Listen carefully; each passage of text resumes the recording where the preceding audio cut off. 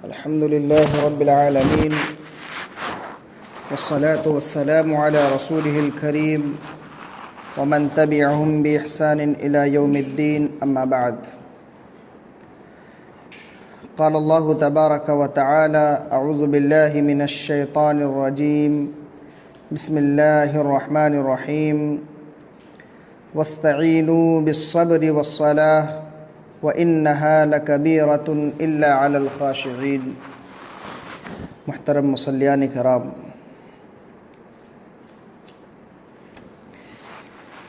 آج کی جو آیت ہے اس سے پہلے والی آیت میں ہم لوگوں نے پڑھا کہ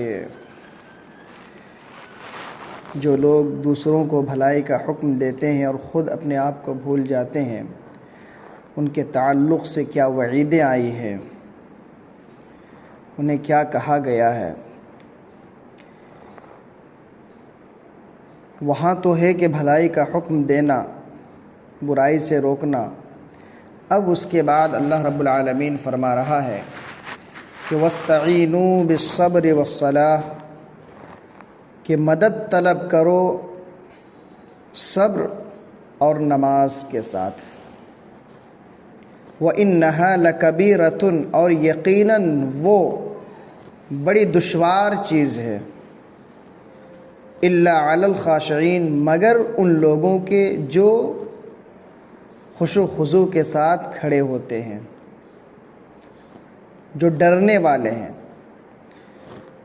جو ڈرنے والے ہیں ان لوگوں کے لیے نماز اور صبر مشکل نہیں ہے، ان کے لیے دشوار نہیں ہے۔ تو یقیناً اس آیت کریمہ میں اللہ رب العالمین نے بیان فرمایا کہ صبر اور نماز کے ساتھ مدد طلب کرو۔ سب سے پہلے صبر کا حکم دیا، کیونکہ ایک انسان پر جب کوئی مصیبت آتی ہے، جب پریشانی آتی ہے اور وہ جزع فضع کرنے لگتا ہے، گھبرا جاتا ہے، صبر سے کام نہیں لیتا، تو اس کے لیے اجر نہیں ہے۔ لیکن کسی مصیبت کے آتے ہی اگر وہ صبر سے کام لے تو یقیناً اس کے لیے بڑا ثواب ہے۔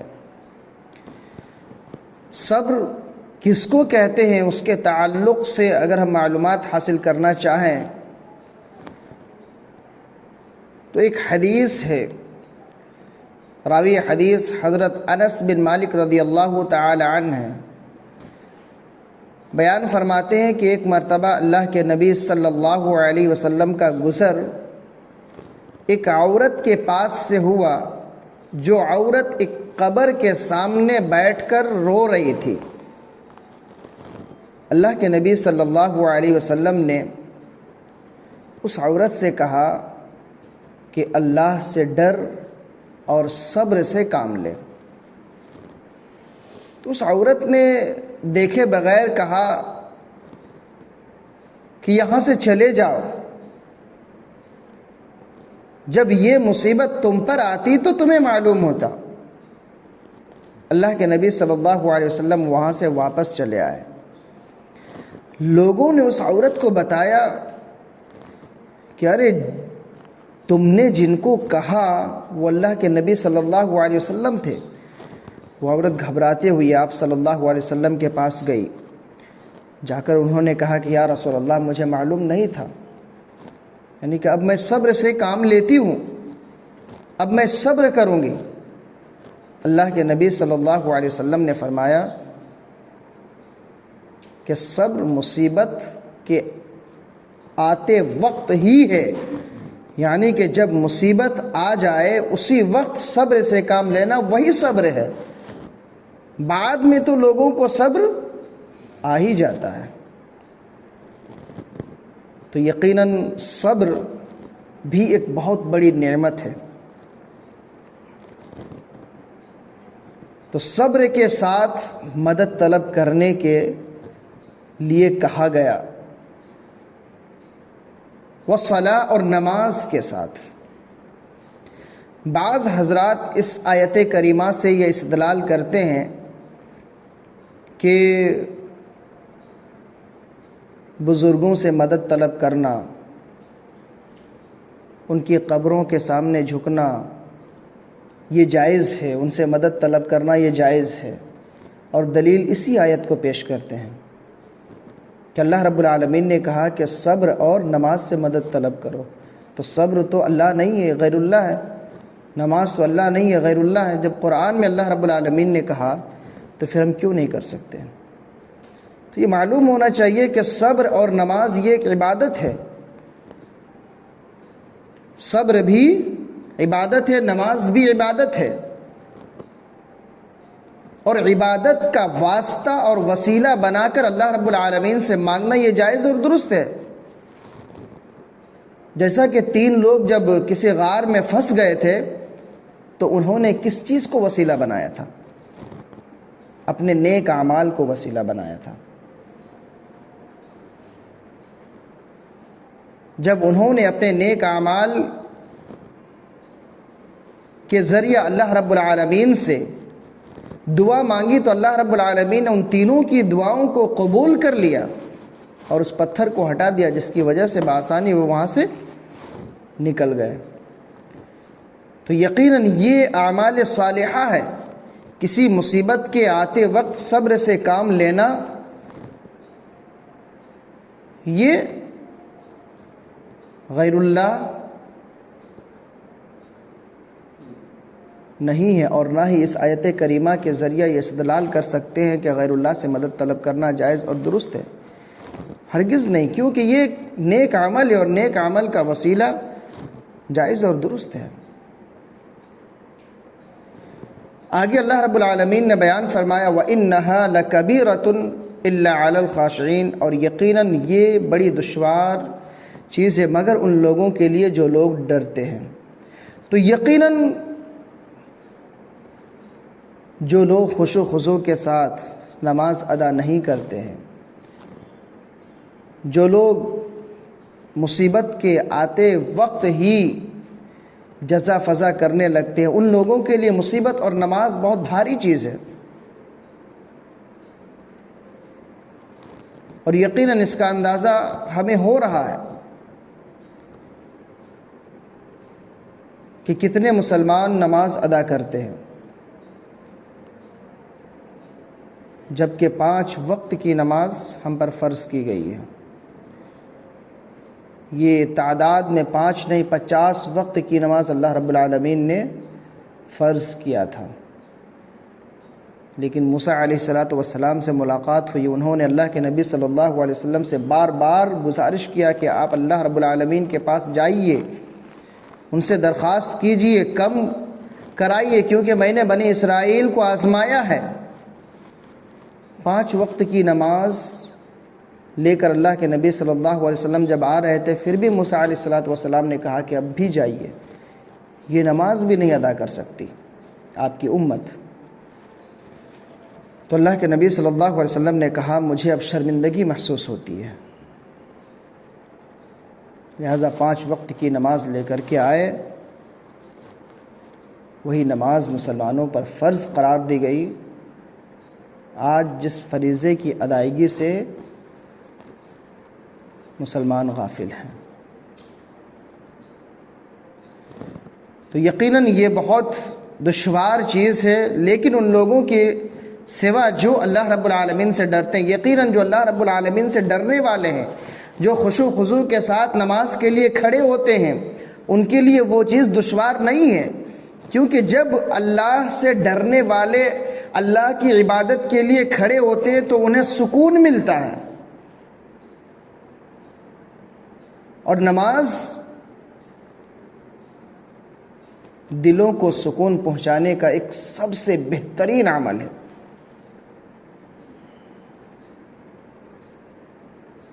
کیونکہ اللہ رب العالمین کا فرمان ہے الا بذکر اللہ تطمئن القلوب، کہ دلوں کو اطمینان اللہ رب العالمین کے ذکر ہی سے ملتا ہے، اور نماز سب سے بہتر ذکر ہے۔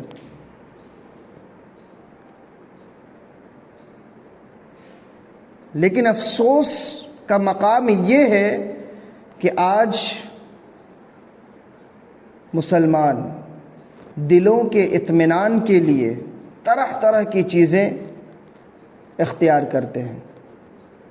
کوئی شراب نوشی کو اختیار کرتا ہے،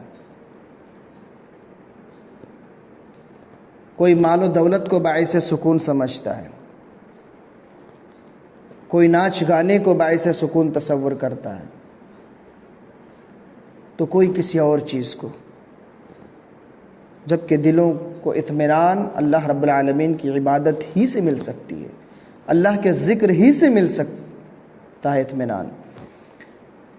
اور اس کا اندازہ یقیناً ہمیں اور آپ کو ہوگا کہ جب خشوع خضوع کے ساتھ نماز پڑھتے ہیں تو کتنا اطمینان حاصل ہوتا ہے۔ نماز میں جب اللہ رب العالمین سے دعا کرتے ہیں، جب ذکر و اذکار کرتے ہیں، تو یقیناً ہمارے دلوں کا غم ہلکا ہو جاتا ہے۔ تو یہ نماز، یہ صبر اور دیگر عبادتیں ان لوگوں کے لیے مشکل ہیں جو اللہ رب العالمین سے ڈرتے نہیں ہیں، لیکن جو لوگ اللہ رب العالمین سے ڈرتے ہیں ان کے لیے یہ مشکل چیز نہیں ہے۔ اسی لیے تو مومنین کی صفات میں سے ایک صفت یہ بھی بتائی گئی ہے کہ جب ایک نماز کا وقت ختم ہوتا ہے تو دوسرے نماز کے وہ انتظار میں رہتے ہیں، چلتے پھرتے اٹھتے بیٹھتے اللہ کا ذکر کرتے ہیں، راتوں کو اٹھ کر اللہ رب العالمین کی رضا کو حاصل کرنے کے لیے تہجد کی نماز پڑھتے ہیں۔ اس طرح کی بے شمار صفات مومنین کی بیان کی گئی ہے۔ تو یقیناً اللہ سے ڈرنے والے اور اللہ سے خوف کھانے والوں کے لیے نماز اور صبر مشکل کام نہیں ہے۔ الذین یظنون انہم ملاقو ربہم وانہم الیہ راجعون، جو لوگ یقین رکھتے ہیں، یظنون یہاں یقین کے معنی میں ہے، یہ شک کے معنی میں بھی استعمال ہوتا ہے لیکن یہاں یقین کے معنی میں ہے۔ الذین، جو لوگ، یظنون یقین رکھتے ہیں، جن لوگوں کو یقین ہے، انہم ملاقو ربہم، کہ وہ اپنے رب سے ملاقات کرنے والے ہیں، اپنے رب سے روبرو ہونے والے ہیں، اپنے رب سے ملنے والے ہیں، وانہم الیہ راجعون، اور انہیں اسی کی طرف لوٹ کر جانا ہے۔ تو یقیناً اس سے پہلے والی آیت میں جو یہ بیان کیا گیا ہے کہ جو لوگ خشوع و خضوع کے ساتھ کھڑے ہوتے ہیں، جو لوگ ڈرنے والے ہیں، ان کے لیے نماز پڑھنا اور صبر سے کام لینا مشکل نہیں ہے، ان کے تعلق سے یہ بتایا جا رہا ہے کہ ان کی ایک صفت یہ بھی ہے کہ ان کو اتنا یقین ہے کہ وہ اللہ رب العالمین سے ملاقات کرنے والے ہیں، اللہ رب العالمین کے سامنے روبرو ہونے والے ہیں۔ تو اس ڈر سے کہ ہمیں اللہ کے سامنے پیش ہونا ہے، اللہ کے سامنے حاضر ہونا ہے، اللہ رب العالمین سے روبرو ہونا ہے، تو ہم اپنی زندگی میں اللہ رب العالمین کو راضی کر لیں تاکہ خوشی خوشی اللہ رب العالمین سے ملاقات کریں۔ اس وقت ہمیں کوئی غم اور پریشانی نہ ہو، کیونکہ ایک حدیث ہے کہ قیامت کے دن اللہ رب العالمین ایک گنہگار شخص کو اٹھائے گا اور اس سے اپنی نعمتیں یاد دلائے گا اور کہے گا، کیا میں نے تمہیں مال و دولت سے نہیں نوازا تھا؟ کیا میں نے تمہارے لیے جانوروں کو مسخر نہیں کیا تھا؟ کیا میں نے تمہیں بیوی بچے نہیں عطا کیے تھے؟ کیا میں نے تمہارے لیے کھانے پینے کا انتظام نہیں کیا تھا؟ وہ کہے گا، اللہ یقیناً تو نے کیا تھا، میرے لیے ساری چیزوں کا انتظام تو نے کیا تھا۔ اللہ رب العالمین کہے گا، پھر کیا ہوا؟ کیا تجھے اس بات پر یقین نہیں تھا کہ مجھ سے ملنے والے ہو، مجھ سے ملاقات کرنے والے ہو؟ وہ شخص کہے گا، اے رب العالمین ہمیں معلوم تو تھا لیکن میں نے بھلا دیا تھا۔ اللہ رب العالمین کہے گا، جا، جس طرح دنیا میں تو نے مجھے بھلا دیا تھا آج بھی میں نے تمہیں بھلا دیا۔ اللہ اکبر۔ تو یقیناً ہم میں سے ہر ایک شخص کو ایک نہ ایک دن مرنا ہے، مرنے سے پہلے توبہ ضروری ہے، اعمال صالحہ ضروری ہے، ہمیں محشر کا سامنا کرنا ہے، رب سے ملاقات کرنی ہے، اور یقیناً اگر اس دن اللہ رب العالمین نے ہمیں بھلا دیا تو پھر ہمارے لیے کوئی خیر نہیں ہے، کیونکہ اللہ رب العالمین بیان فرما رہا وَأَنَّهُمْ إِلَيْهِ رَاجِعُونَ، جو لوگ خشوع و خضوع کے ساتھ کھڑے ہوتے ہیں، جو لوگ اللہ رب العالمین سے ڈرنے والے ہیں، انہیں یقین ہے کہ وہ اللہ رب العالمین سے ملاقات کریں گے اور اسی کی طرف لوٹ کر جانا ہے۔ تو اللہ رب العالمین سے دعا ہے کہ العالمین ہمیں مصیبت کے وقت صبر کرنے کی توفیق عطا فرما۔ اے رب العالمین نماز کو پابندی کے ساتھ پڑھنے کی توفیق عطا فرما۔ اے رب العالمین خشوع و خضوع کے ساتھ تیری عبادت کرنے، تیرے ذکر و اذکار کرنے کی توفیق عطا فرما۔ اے رب العالمین یقیناً ہم تجھ سے ملاقات کرنے والے ہیں، ہمارا یقین ہے اللہ اس وقت ہمیں نہ بھلا دینا۔ اے رب العالمین یقیناً ہم تیری طرف لوٹ کر جانے والے ہیں، اللہ ہمیں اس زندگی میں تجھے راضی کرنے کی توفیق عطا فرما اور آخرت میں ہمیں کامیابی و کامرانی سے ہمکنار کرنا۔ آمین۔ تقبل یا رب العالمین۔ سبحانک اللہم و بحمدک، اشہد ان لا الہ الا انت، استغفرک و اتوب الیک۔ السلام علیکم ورحمۃ اللہ وبرکاتہ۔